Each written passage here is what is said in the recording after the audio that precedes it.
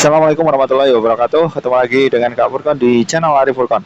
Pada video kali ini Kak Furkan kembali berbagi informasi seputar P3K 2024 dan CPNS 2024 yang akan semakin dekat ya Bapak Ibu ya.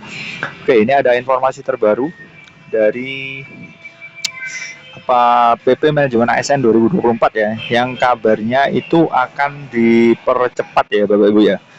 Ini ada kabar yang paling up to date ya Bapak Ibu, 14 Juni 2024 tentang RPP ya, atau rancangan perencanaan manajemen ASN ini diakselerasi. Nah, artinya diakselerasi itu adalah dipercepat ya.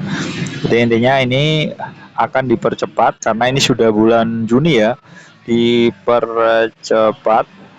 Gimana caranya nanti pembukaannya itu akan semakin cepat seperti itu ya.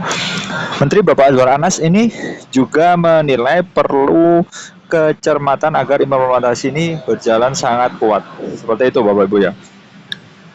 Nah ini Jakarta, di mana Bapak Ibu perlu perhatikan penyusunan rancangan peraturan pemerintah atau RPP tentang manajemen aparatur sipil negara atau ASN ini masih bergulir, artinya masih dalam proses ya Bapak Ibu ya. Di sini kali ini topik yang dibahas itu adalah pendalaman substansi disiplin ASN.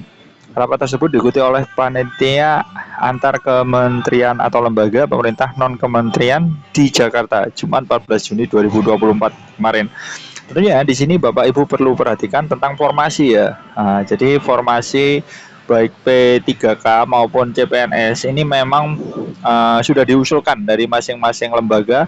Tinggal kita tunggu pertek dari BKN aja yang memang masih dalam proses ya Bapak Ibu ya. Oke. Di sini Bapak Ibu perlu perhatikan pembahasan substansi RPP manajemen ASN masih melalui kecermatan pembahasan, penegasan dan pengambilan keputusan pada setiap detail substansi yang ada agar memiliki kekuatan implementasi yang kuat. Seperti itu. Ini ungkap Menteri Pendayagunaan Aparatur Negara Reformasi Birokrasi Bapak Azwar Anas. Seperti itu Bapak Ibu ya. Kemudian apabila solusi kebijakannya dapat diputuskan, maka RPP ini dapat segera dilanjutkan pada tahapan berikutnya, yakni uji publik, diskusi dengan para ahli, dan harmonisasi. Terkait substansi disiplin ASN, disusun sebagai bentuk upaya menjamin kepastian hukum dalam aspek disiplin, baik terkait proses, memeriksa, menetapkan, dan menegakkan hukuman disiplin secara fair dan berkeadilan atas pelanggaran yang dilakukan oleh ASN. Bapak Azwar Anas ini juga memberi penjelasan ya bahwa substansi tersebut diharapkan dapat menciptakan peraturan yang dapat meningkatkan komitmen ASN terhadap tugas serta tanggung jawab yang diemban. Di sini supaya ASN menjadi lebih baik, taat, patuh terhadap peraturan perundangan. Seperti itu Bapak Ibu ya. Kemudian ini ada juga pernyataan ya dari Deputi Bidang SDM Bapak Abdul Hakim berpendapat juga bahwa selain kecermatan pembahasan setiap substansi pada RPP manajemen ASN perlu dilengkapi perspektif dari anggota panitia yang berasal dari berbagai instansi ya Bapak Ibu ya. Karena regulasi itu disusun ya kan, regulasi itu yang ada memerlukan cara pandang multisektoral dan multiwilayah seperti itu. Bapak Hakim juga menyoroti ya Bapak Ibu ya kedisiplinan dalam pembentukan organisasi ASN. Ia menegaskan bahwa posisi organisasi pendukung ASN sangat penting karena memiliki peran untuk mengkonsolidasi ASN sebagai perekat dan pemersatu bangsa. Seperti itu Bapak Ibu ya. Di mana dalam peraturan ini yang akan dipercepat ini ya Bapak Ibu ya, masih ada dukungan terhadap organisasi ASN. Terutama organisasi profesi, kita tetap menjunjung kemandirian dalam penegakan kode etik dan perilaku dalam setiap profesi. Organisasi ASN sepatutnya memiliki pemahaman yang selaras ya tentang tugas dan fungsi ASN. Jadi kita lihat ini ada kebijakan yang harus Bapak Ibu ketahui tentang peraturan menteri yang di sini terdapat pada peraturan Permenpan RB nomor 27 tahun 2021 ya kan 2021 tentang pengadaan pegawai negeri sipil, di mana Permen RB nomor 14 tahun 2023 ini juga mengatur pengadaan pegawai pemerintah dengan perjanjian kerja untuk Japfung atau jabatan fungsi fonal. Kemudian Permen RB ini juga pengadaan pegawai aparatur sipil negara. Jadi ada 3 poin yang harus Bapak Ibu ketahui ya, di mana di sini Bapak Ibu perlu perhatikan. Yang pertama itu adalah penambahan beberapa kebutuhan tentang pemenuhan kontrak kerja selama 1 tahun, penyesuaian terkait PPPK yang juga dapat diisi oleh jabatan pelaksana. Terus penuangan ketentuan-ketentuan yang sama untuk pengadaan PNS dan P3K ke dalam satu kebijakan. Nah, di sini memang masih belum ya Bapak Ibu ya. Di sini ada yang belum dilakukan atau segera ya. Di sini menetapkan rincian kebutuhan ASN dengan mempertimbangkan Pertek PKN, ini juga belum ya kan. Makanya ini dipercepat, insya Allah awal Juli bakalan segera dibuka. Kemudian menyusun kebijakan pengadaan ASN ini juga segera. Pertek PKN ini juga masih progres. Nah, seperti itu Bapak Ibu ya. Nah, kemudian Bapak Ibu perlu perhatikan di sini yang pertama ini juga sudah selesai ya.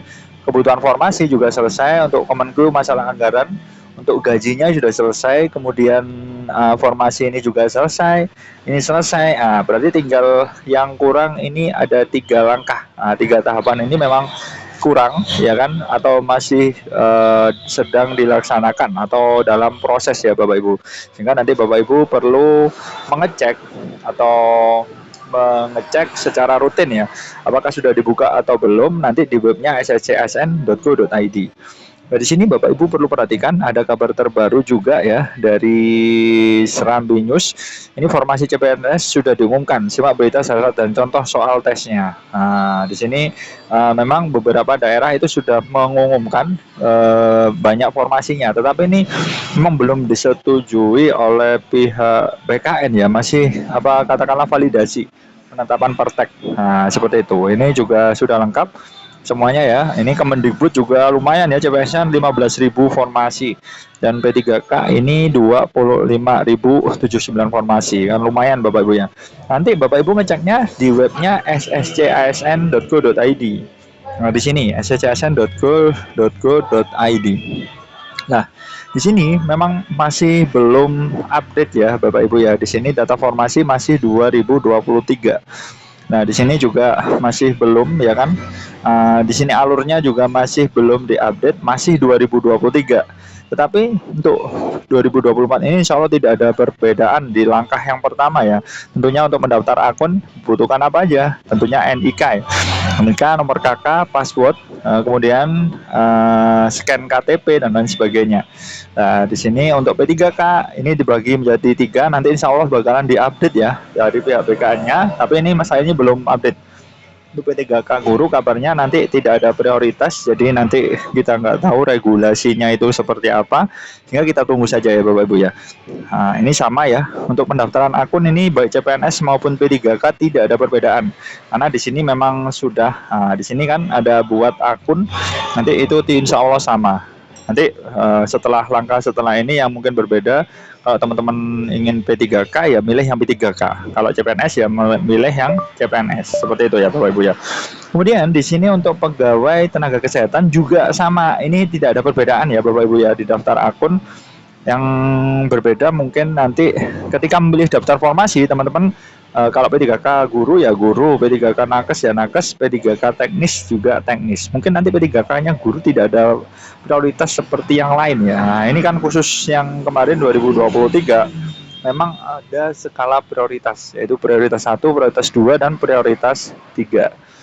Nah, di sini tenaga teknis juga demikian Bapak Ibu ya. Kabarnya tenaga pendidik juga masuk ya kan, masuk ada formasi yang dimunculkan ya. Nah, di sini memang mungkin nanti larinya ke itu ya, pusat. Di sini ya pusat banyak banget.